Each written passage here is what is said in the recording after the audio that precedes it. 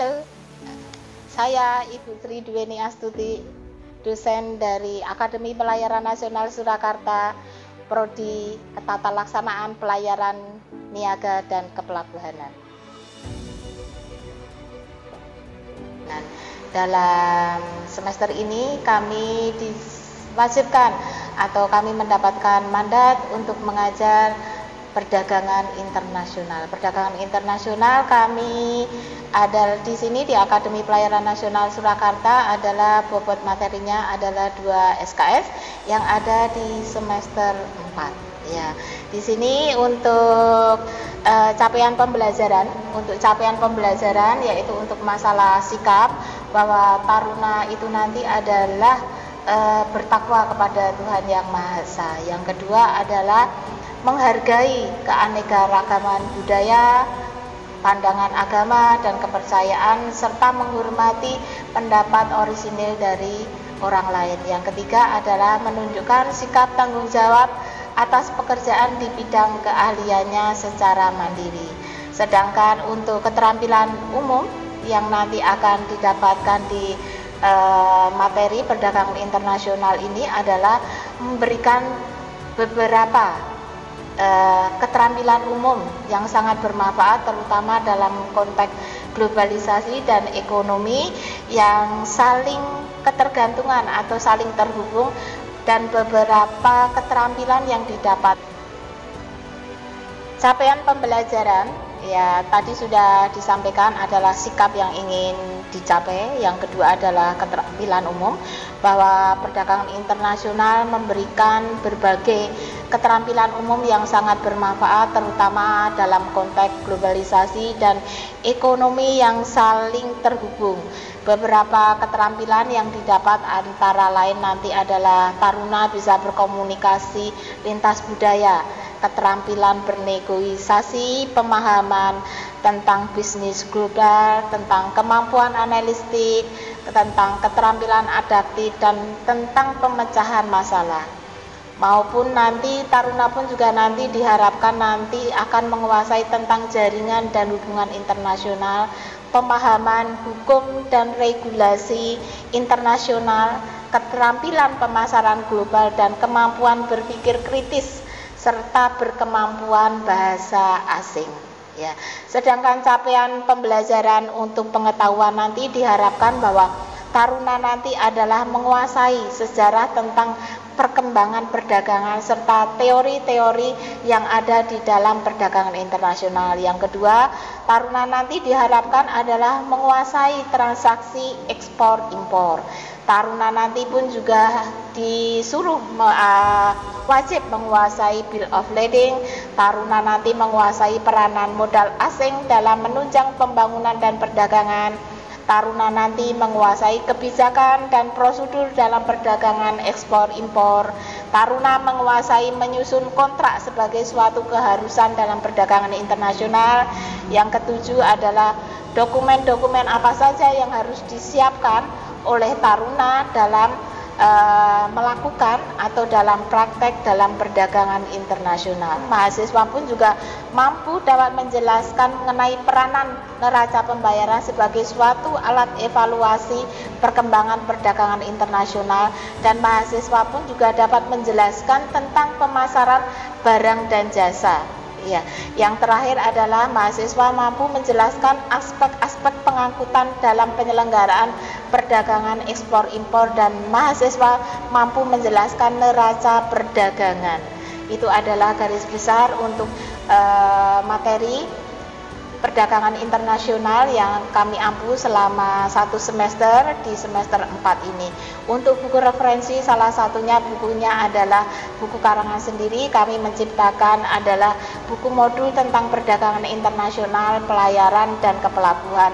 Bahwa modul ini bukan hanya untuk di perusahaan umum aja, tapi buku yang kami buat ini adalah modul untuk materi perdagangan internasional yang dikaitkan dengan perusahaan-perusahaan pelayaran.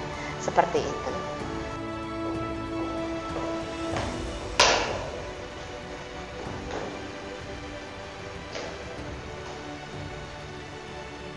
Lapor 35 taruna Lanjutkan. Lanjutkan untuk mengawali pembelajaran siang hari ini. Berdua, mulai.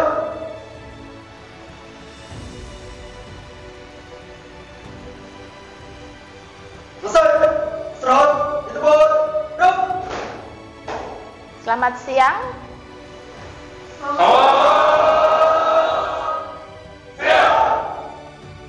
Sehat semuanya? Oke, pada hari ini kita ketemu lagi dengan Ibu Weni yang akan memberikan materi kepada kalian, yaitu perdagangan internasional. Perdagangan internasional kalian ambil di semester berapa? Semester 4 ya. Ini adalah awal kalian ketemu sama Bu Weni dalam materi, yaitu dalam mata kuliah perdagangan internasional. Sebelumnya karena kalian sudah kenal Bu Weni akan mengabsen kalian satu persatu ya. Nanti siapa yang tidak hadir, nanti kalian bisa bisa membantu Bu Weni alasan apa mereka tidak hadir ya. Sebelumnya Bu Weni absen dulu. Taruna Mutiara, Aprilia, Stefanus, Ananda, Fitriana, ya. Daniel, Selviana, Alifa, Narendra, Jessica, Isabel, Yunita, Yogi, Jundi, Rio, Anjas, Firman, Wildan, John, Eka, ya, Yohanes, Vandio, Arman, Muhammad Haidan, Jamel, Raihan. Alhamdulillah hadir semuanya pada sehat ya. 35 taruna sudah siap menempuh mengikuti pelajaran materi yang akan Ibu sampaikan pada siang hari ini, yaitu materinya adalah perdagangan internasional. Sebelum kalian akan mempelajari materi perdagangan internasional, kalian harus tahu dulu ya. Sebelum kalian mengetahui tentang ekspor impor, bill of lading, tentang forwarding maupun untuk macam yang lainnya, kalian harus mengetahui dulu apa itu tentang perdagangan internasional, alasan-alasan apa yang membuat perdagangan internasional itu terjadi, dan teori-teori apa yang mendasari, ya kan?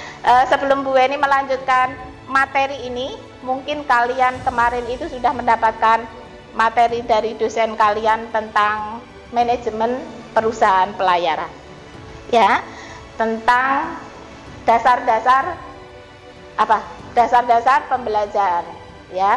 Terus untuk materi sekarang ini adalah berkaitan dengan ilmu-ilmu lain yang ada di APN Surakarta maupun di program studi manajemen transportasi laut. Kita akan belajar masalah tentang perdagangan internasional. Yang pertama adalah alasan-alasan apa yang mendasari terjadinya perdagangan internasional. Sebelum Ibu memulai pelajaran hari ini, mungkin kalian sudah paham atau sudah tahu terlebih dahulu tadi malam belajar alasan-alasan apa? Mungkin ada yang tahu kenapa terjadinya perdagangan internasional? Sudah ada yang tahu? Mbak Jessica? Nama Jessica dan Adrian kami 2023-135 izin jawab. Mungkin karena perbedaan sumber daya alam dan kebutuhan anak negara, Bu. Ada yang lain yang menambahi? Kenapa harus ada perdagangan internasional? Kenapa perdagangan internasional itu harus terjadi? Ya kan? Toh Indonesia ini adalah seperti orang bilang bahwa Indonesia ini adalah gemah ripah loh jindawi. Ya kan, semua sumber daya alam semuanya tersedia di Indonesia. Kenapa Indonesia harus mengadakan perdagangan internasional? Ada lagi yang bisa memberikan kita diskusi? Iya. Siap, mau dijawab. Nama pribadi dari Pamungkas, nama bicara bahwa ketika mungkin untuk menjalin hubungan antar negara. Iya. Mungkin ada lagi? Ada lagi? Kenapa harus ada perdagangan internasional? Bu, saya nggak susah pakai perdagangan internasional, Bu. Kami memproduksi barang dalam negeri, kami jual di dalam negeri sudah mulia. Kenapa harus perdagangan internasional? Nggak perlu, Bu. Nah, mungkin ada yang beranggapan seperti itu. Kenapa kita butuh negara lain? Ya? Pertama, biar nasional memenuhi gagasan 2003-2005, Polisi jawab, Bu, karena setiap negara itu pasti ada kekurangan bahan, entah itu bahan pokok atau yang lainnya. Jadi kita membutuhkan bahan-bahan lain dari negara lain. Iya, bagus sekali untuk jawabannya. Mungkin ada yang lain lagi? Iya. Ya, perdagangan internasional itu memang dibutuhkan oleh suatu negara, iya kan? Pertanyaan, jawaban dari teman-teman kalian itu tadi adalah semuanya sudah mencakup, ya. Bahwa negara itu ibaratnya diri kita, bahwa kita tidak bisa hidup sendiri. Kita harus saling berinteraksi satu sama yang lain. Sama seperti negara kita, bahwa negara kita itu tidak bisa berdiri sendiri, iya toh? Kita adalah loh jinawi, dalam artian kita bisa mampu swadaya masalah pangan, yaitu padi. Ibu, padi kita nggak usah mendatangkan dari luar negeri, kita cukup kita saja, ya. Tapi ada lain lagi yang kita tidak bisa memproduksi, yaitu apa? Sesuatu yang apa? Berteknologi tinggi. Ya, banyak HP-HP yang didatangkan dari luar negeri, banyak mobil-mobil yang didatangkan dari luar negeri. Ya, itu menunjukkan bahwa kita sebuah negara itu tidak bisa memenuhi kebutuhan secara pribadi untuk negaranya sendiri. Semua saling berkaitan antara satu dengan yang lainnya. Ya, paham? Nah, kenapa negara kita, ya kenapa negara kita itu harus menjual produk kita ke luar negeri? Kenapa orang luar negeri harus mendatangkan barang dari luar negeri ke Indonesia? Karena apa? Ada sesuatu yang kita produksi secara melimpah, ada sesuatu yang tidak bisa kita produksi. Terutama sekarang adalah masalah yang nyata, yang real, kita itu kalah di dalam luar negeri, ialah masalah tekstil, ya kan? Kalian lihat di daerah-daerah kalian sekarang banyak perusahaan-perusahaan asing yang datang ke tempat kalian, banyak enggak? Nah, itu adalah menunjukkan bahwa kita itu adalah di dalam hal teknologi kita adalah kalah dengan luar negeri. Ya, makanya kita membutuhkan produk luar negeri untuk didatangkan di Indonesia, dan Indonesia pun ibaratnya bisa menjual produk-produk ke luar negeri. Produk-produk apa yang dipunyai Indonesia yang digemari oleh negara lain? Apa? Timah. Ya, selain timah ada lagi? Batik. Ya. Batik, ya sangat menarik sekali batik. Ya, batik itu adalah sesuatu produk asli kepunyaan Indonesia, tapi banyak diklaim oleh negara lain, terutama adalah negara Malaysia. Ya, tapi itu adalah produk asli Indonesia. Ya, terus ada lagi produk Indonesia yang disukai oleh orang luar negeri, yang diambil oleh apa? Oh itu ya. Itu sangkut pautnya dengan politik. Ada lagi yang produknya? Ya. Mungkin dari mebel atau ukir. Dari mebel atau ukir, iya. Bagus sekali. Kenapa mebel di Indonesia itu adalah disukai oleh orang luar negeri? Karena memang kualitas. Kalian tadi sudah tahu beberapa alasan kenapa diadakan perdagangan internasional, ya. Alasan-alasan apa yang mendasari suatu negara itu melakukan perdagangan internasional. Sekarang kalau sudah kalian mengetahui alasan-alasannya, sekarang kita masuk ke teori. Teori yang mendasari tentang perdagangan internasional. Kalian masih ingat teorinya siapa? Ya, itu teori itu mengatakan bagaimana?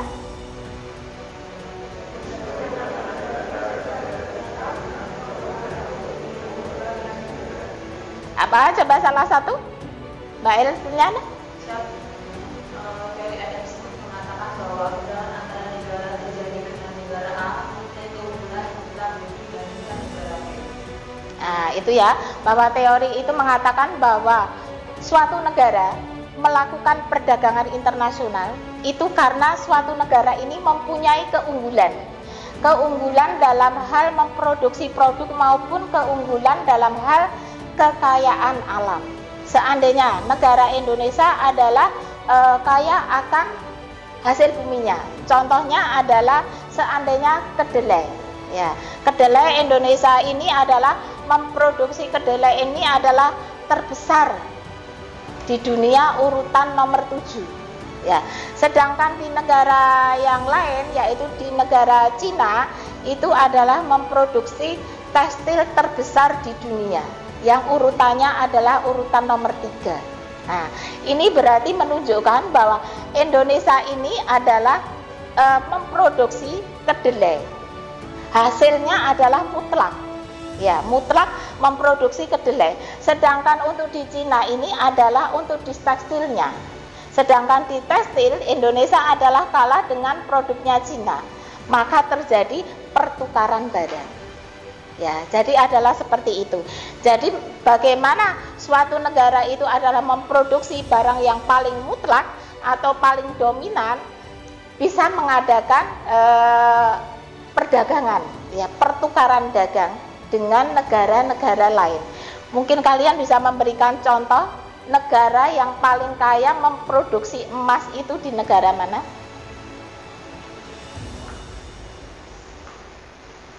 Penghasil emas terbesar di dunia di negara mana? Mas Juan? Tahu nggak? Produksi emas terbesar di dunia. Produksi emas terbesar di dunia ini adalah Indonesia. Indonesia itu adalah kaya emas. Ya. Akan tetapi emas ini tidak bisa seutuhnya diproduksi dalam negeri. Jadi Indonesia ini harus membawa ke luar negeri emas yang belum jadi. Setelah jadi baru dikirim ke Indonesia, dan kalian beli 1 gramnya sekarang di harga 2 juta. Sangat luar biasa. Kalau seandainya Indonesia mempunyai teknologi yang bagus, mempunyai sumber daya manusia yang bagus, semuanya akan gemah loh jinawi. Karena apa? Emas yang sekecil itu harganya yang per gram adalah sampai dengan hari ini adalah sebesar 1.900.000. Nah, 1 gram, ada yang bawa cincin? Tidak, ya.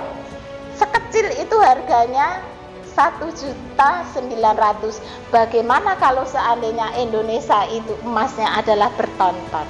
Kalian bisa membayangkan sendiri bagaimana kayanya negara Indonesia, ya kan? Nah, ini adalah tugas kalian semuanya. Tugas kalian semuanya adalah untuk berpikir ke depannya. Kalian adalah generasi muda, adalah generasi penerus bangsa. Bagaimana caranya kalian itu adalah mengisi.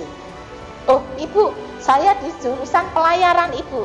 Bagaimana mungkin saya itu ibaratnya mengisi, ibaratnya di produksi emas? Kalian pasti akan bertanya seperti itu, ya kan?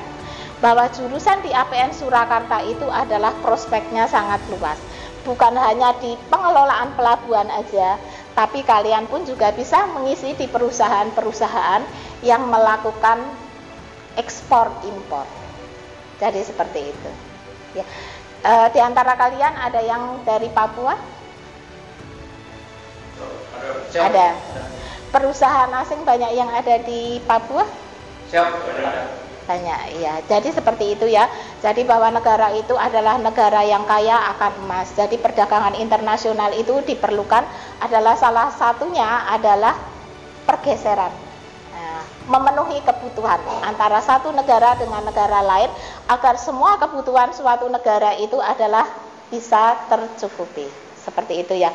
Sebelum Ibu mengakhiri perkuliahan pada siang hari ini, sebelum kita lanjut ke besok, ada pertanyaan yang kalian tanyakan sebelum kami akhiri?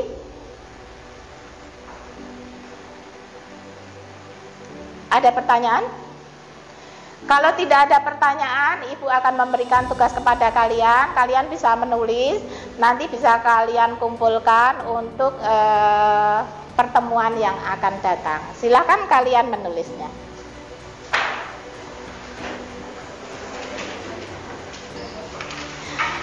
Ibu bacakan tentang tugas-tugas yang harus kalian kerjakan.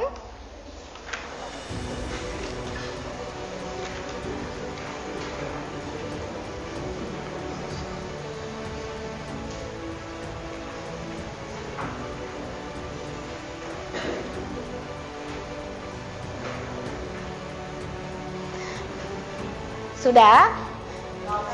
Sudah, ya. Sangat sedikit sekali, tapi nanti kalian bisa menjabarkan pertanyaan tugas ini menjadi beberapa macam ya.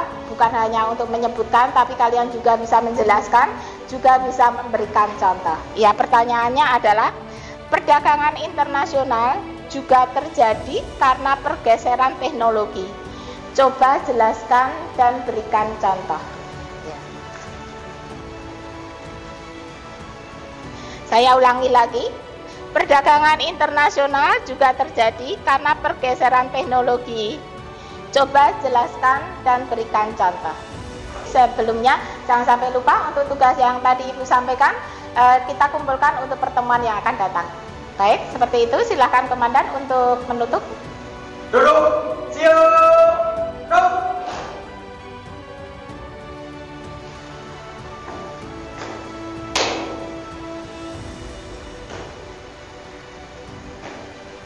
Penerimaan materi telah dilaksanakan. Laporan selesai. Siap, bubarkan. Bubarkan. Untuk mengakhiri pembelajaran, berdoa mulai.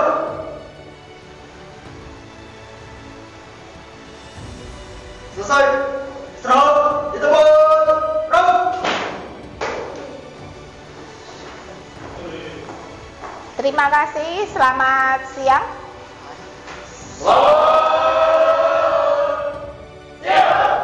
Itu tadi adalah sekelumit video tentang proses belajar mengajar di tempat kami di Akademi Pelayaran Nasional Surakarta. Untuk mata kuliah yang kami ampu adalah Ilmu Perdagangan Internasional. Semoga cuplikan video tadi bermanfaat buat kalian semuanya.